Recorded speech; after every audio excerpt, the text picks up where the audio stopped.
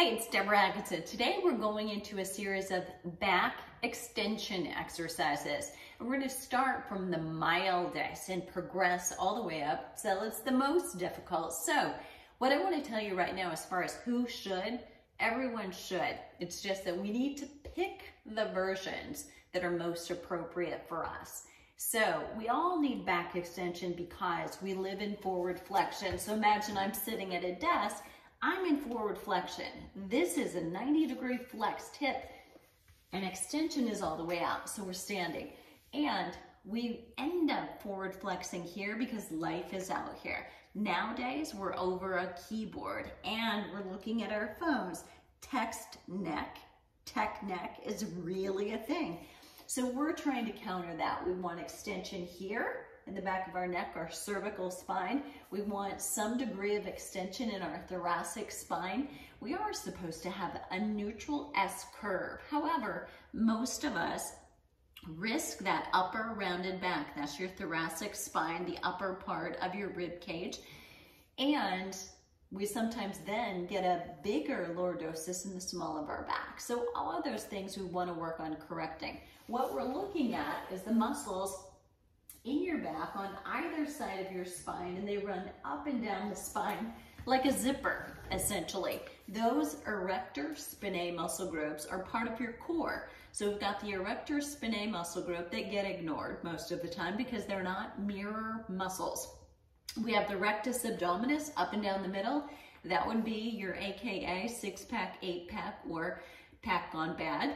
And then there's the obliques that cross on the waist, the inner and outer obliques, and then you've got your transversus abdominis, or TVA for obvious reasons, that runs around your waistline. We'll eventually talk about exercises that work each of them. Some exercises hit many of them. But this one today, we're going to focus on the erector spinae muscle group. So I want you to get on all fours. So here's the thing. If right now you're already limited and say, I can't actually be on my knees, or weight bearing on my hands, elbows, or shoulders doesn't work for me. What you can do is be up. You could be on a chair. So I'm going to pull this one out just to demonstrate. And you could be here. Still, though, ideally, you're looking in a mirror to see, am I flat across the back? So you don't want to be too high. You also don't want to be too low. So we're still trying to create that same neutral, hands right under your shoulders, but I've clearly got less weight here on my shoulders. So now you don't have to weight bear on the knees or on the shoulders. So that's a good substitute. Those of you who are here with me on the floor, let me get that chair a little further out of the way. What I want you to do here is just get used to lengthening. So think about neutral for your head. You can see it. So even though I'm right here and I feel like this is neutral, it's not. So you can see what's happening. My head is high. We're just used to wanting to have that up to look around, but here's neutral. So from the crown of my head to my tailbone, virtually a straight line, but not ignoring that natural curve. So a small arch to the back, not rounded, but not extremely flat. We just have a small arch, so you can see the difference. Watch it again. Rounded, trying to just flatten out, and here's neutral. Tailbone comes up just a little bit, and this is really what we want, but we also want that head to come down. So it's almost like your nose and eyes, forehead are parallel to the floor. And if you think about that, you'll be a little bit better off. If you're tempted to look around the room, you'll look either forward and be straining the neck. So although we do want extension, we don't want to overdo it. So I want you to put your hands about as wide as shoulders apart, slightly more, but splay your fingers. Put your knees right under your sit bones. That's right here on either side. And I want you to extend just one leg. And the goal would be that you don't roll over, that I still see this side, and that's it. So we're holding right here. I want you to put that down, and I want you to do the other side, and same thing. So if you're using a mirror, and I hope that you are, you're just seeing the leg come up and seeing extension or flexion happen. So here's extension. I flex at the knee or the hip when I put that down. Same thing, but we don't want a lot of pivoting or wiggling or moving happening from side to side, that's a situation where you're already bracing in your core and your back is bracing slightly to allow that to happen. We're actually working the whole kinetic chain here. We're working it against just our own body weight or limb weight here in this case. And your back, your hamstrings, your glutes, they're all working together. Now, I want you to do that with your upper body. So we're going to take just the arm, same thing, straight out and then down. And remember, that head has to feel probably like it's down too low in order to be at the right spot. And then bring it down again. Reach and then return, and reach and return. Good. And if you're not wiggling, we're going to stop that.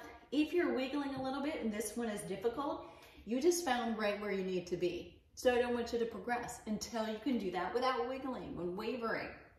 So for those of you who are ready, I want you to take one leg and the opposite arm and then bring that down. We're just going to move nice and slowly. So the goal is not to do as many as possible. So as we go slowly, we have more time under tension and we have more need for balance than if we go quickly. So it's actually both safer and it's more effective if we do go slow. We hold it in a controlled manner. This is so much better than speeding through it. And we're still trying to do all of the above. So keeping the head down, making sure we're not wiggling, and just side to side. Now, that's called a bird dog, and it's been around for decades, but it is still one of the absolute best. Here's how to make that more difficult or challenging. You take the opposite arm and leg, and you draw a little circle or a square, your choice, with your leg and with your arm. And then you come back in, and you do it with the other side. And maybe you do 3 while you're here. But there's more movement going on. Now you have to stabilize that much more, and you would do all of your sets and repetitions that way. I don't know if you just heard that or not, but it's now thundering. So it's not me. All right, so from here, those are your choices for a bird dog. What I'd like for you to do now is, if you can go on, you're gonna come here.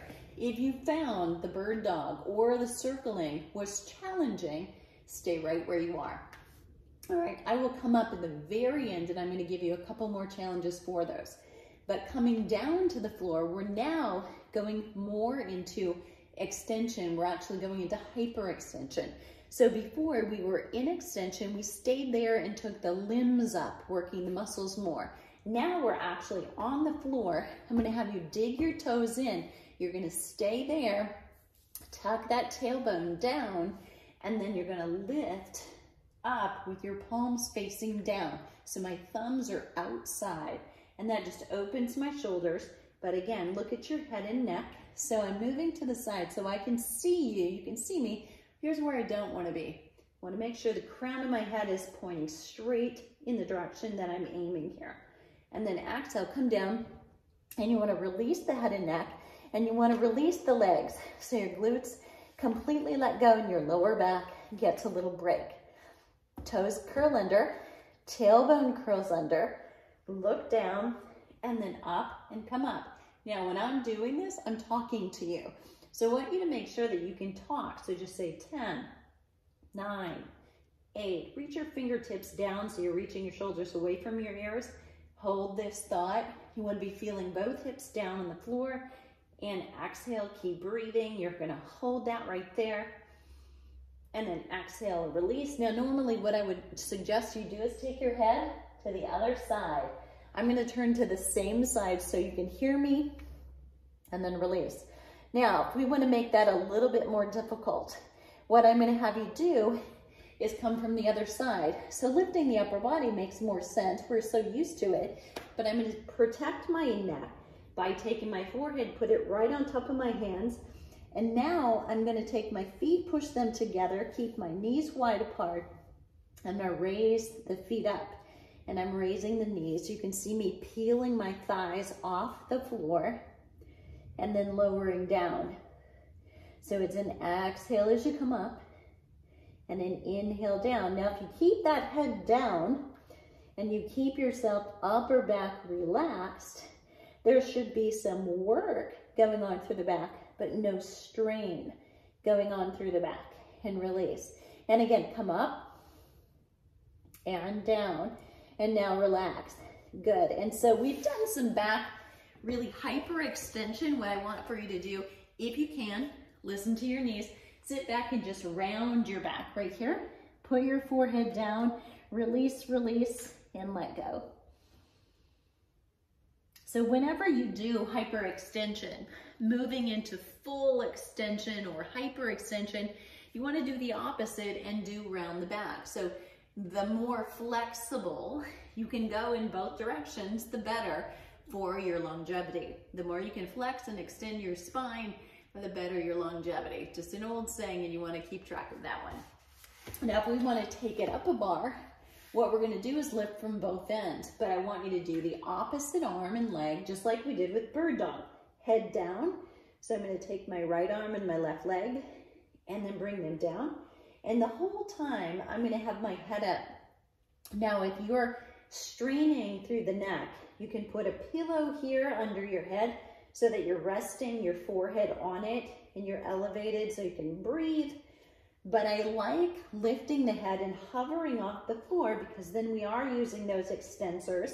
They need a little bit of work because we're forward folding all day long anymore. And as you lift up and you're working those erector muscles right next to the spine, you should also feel as you push into the floor with your core that you're lifting from the front as well. So you can feel everything tight. You're stabilizing all over. And then release. I'm going to have you bring that back in and up. And again, let's round through the back to stretch that back out. And I want you to do one more. So you're going to have to imagine with me, because I don't have either one of these props, but if we wanted to take it up just a little bit further, here's what I'd have you do. Get a long band. You're going to put it under one knee and the same hand. And to make this more difficult in doing bird dog, you can't raise that knee up or you won't be getting the resistance. I'm going to grab the band in my hand and I'm going to bring it out and then in. And now I'm going to have to work a little harder to stabilize through my core, okay? So I move it to the other side, but it needs to feel like this is a tire tracks. You're going to put your knee on it to hold the band down, and then the other arm will lift up. So it needs to be probably a yellow or a green tube, so very light, but it will be enough, I promise you. The other option is when you're doing the opposite arms and legs, you could have wrist weights and or ankle weights on to make that a little bit more difficult. That's as difficult as it needs to get as far as weights go. 2 or 3 pounds, 1, 2 or 3 pounds, adequate and enough. But we spent a little bit more time today on back extension because it is oh so very important.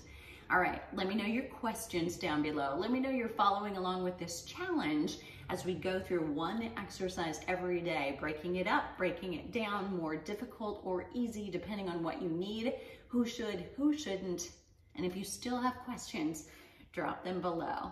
And please share this. Thanks.